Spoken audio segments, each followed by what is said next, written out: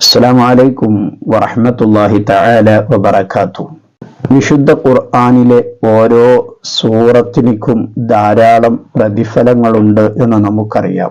വിശുദ്ധ ഖുർആനിലെ ഏറ്റവും വലിയ സൂറത്താണ് സൂറത്തുൽ ബഖറ.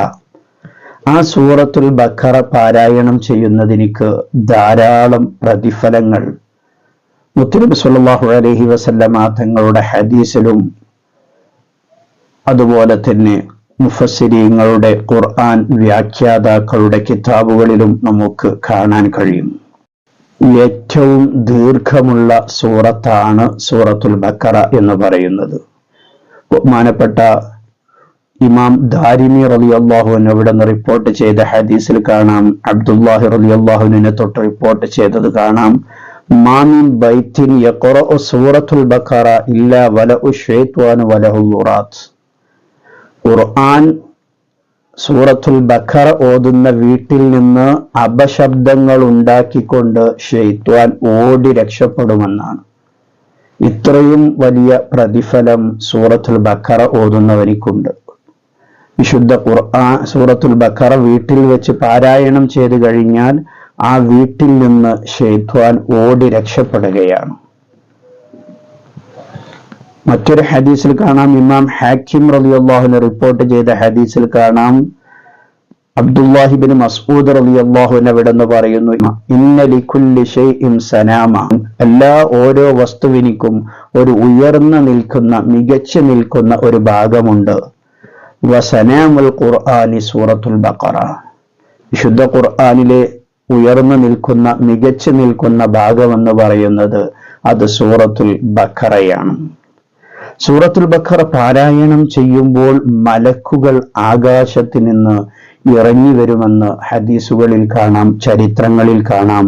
ബഹുമാനപ്പെട്ട ഇമാം ബുഖാരി റളിയല്ലാഹു അൻഹു അവിടെ നിന്ന് റിപ്പോർട്ട് ചെയ്ത ഹദീസിൽ നമുക്ക് കാണാൻ കഴിയും, ബഹുമാനപ്പെട്ട ഹുസൈദ് ബിൻ ഹുളൈർ റളിയല്ലാഹു അൻഹു അവിടത്തെ അദ്ദേഹം വീട്ടിലിരുന്നു കൊണ്ട് ഖുർആൻ ഇങ്ങനെ പാരായണം ചെയ്യുകയാണ്.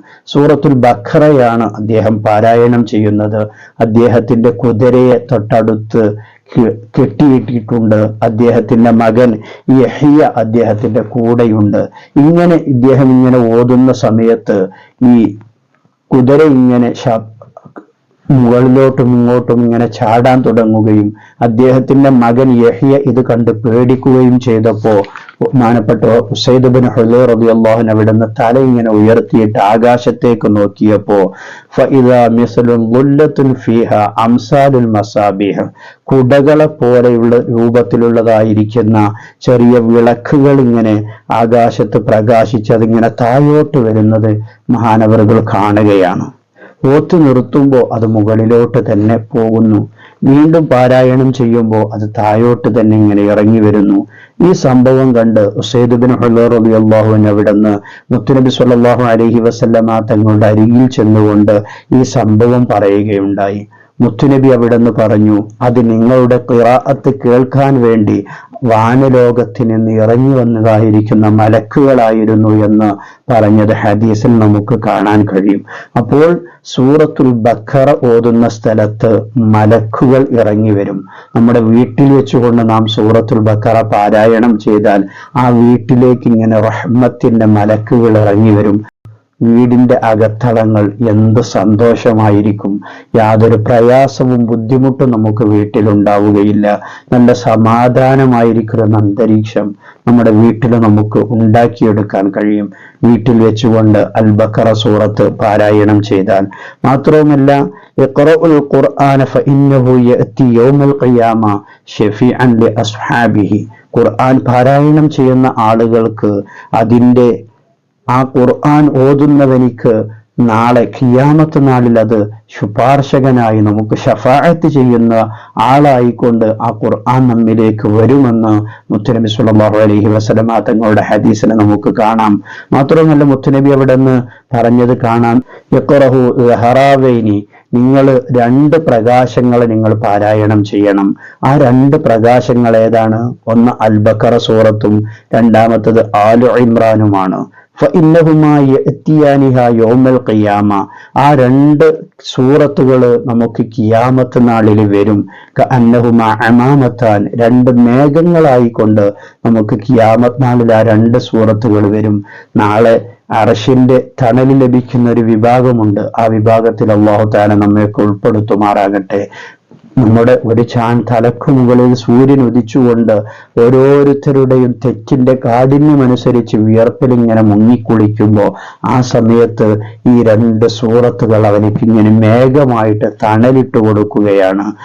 ഔ കഅന്നഹുമാ ഗയായത്താൻ, ആ രണ്ട് സൂറത്തുകൾ അവനിക്ക് ഇങ്ങനെ തണലിട്ട് കൊടുക്കുമെന്ന് പറഞ്ഞത് കാണാൻ കഴിയും. ഔ കഅന്നഹുമാ ഫിർഖാനി മിൻ ത്വയ്രിൻ സവാഖ്, രണ്ട് പക്ഷികളുടെ കൂട്ടങ്ങളായി വന്നുകൊണ്ട് അവനിക്ക് തണലിട്ട് കൊടുക്കുമെന്ന് പറഞ്ഞത് കാണാൻ കഴിയും. ഏതായാലും ഈ രണ്ട് സൂറത്തുകൾ പതിവാക്കിയാൽ അവനിക്ക് മഅ്ശറയിൽ രക്ഷപ്പെടാൻ കഴിയുമെന്ന് പണ്ഡിതന്മാർ പറഞ്ഞത് കാണാൻ കഴിയും. സൂറത്തുൽ ബഖറയിൽ എല്ലാവിധ ബറക്കത്തുകളും സൂറത്തുൽ ബഖറയിൽ അടങ്ങിയിട്ടുണ്ട്. ഇഖ്റഉ സൂറത്തുൽ ബഖറ ഫഇന്ന അഖദഹാ ബറക. സൂറത്തുൽ ബഖറ നിങ്ങൾ പാരായണം ചെയ്യുക, അത് നിങ്ങൾക്ക് ബറക്കത്താണ്. അതുപോലെ തന്നെ സിഹ്ർ പോലത്തെ ഉപദ്രവങ്ങളിൽ നിന്ന് രക്ഷപ്പെടാൻ കാരണമാണ് സൂറത്തുൽ ബഖറ.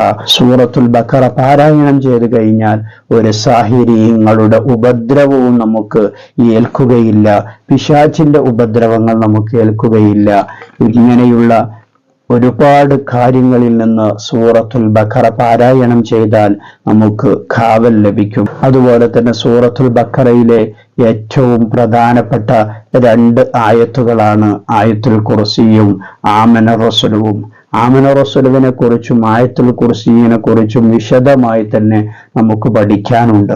ഇമാം ബുഖാരി റളിയല്ലാഹു അൻഹു അവിടുന്ന് പറയുന്നത് കാണാം, ഇദാ അവൈത ഇലാ ഫിറാഷിക ഫഖറ ആയത്തുൽ കുർസി. നീ നിന്റെ വിരിപ്പിലേക്ക് എത്തിക്കഴിഞ്ഞാൽ അവിടുന്ന് ആയത്തുൽ കുർസിയെ നീ പാരായണം ചെയ്യുക. മിൻ അവ്വലിഹ അത്താ യഖ്തിമ ഇലാ ആയ, അതിന്റെ തുടക്കം മുതൽ അതിന്റെ അവസാനം വരെ നീ പാരായണം ചെയ്താൽ ലം യസാല അലൈക മിനല്ലാഹി ഹാഫിള, അല്ലാഹു തആലയിൽ നിന്ന് നിനക്ക് പ്രത്യേകമായിരിക്കുന്ന ഒരു കാവൽക്കാരനായിരിക്കുന്ന ഒരു മലക്കിനെ നിന്നിലേക്ക് അല്ലാഹു തആല അയക്കുകയാണ്. വലാ യഖറബക ശൈത്വാനു ഹത്താ യുസ്ബിഹ, അത് കാരണമായിക്കൊണ്ട് നേരം പുലരുന്നത് വരെ ശൈത്വാൻ നിന്നിലേക്ക് അടുക്കുകയില്ല.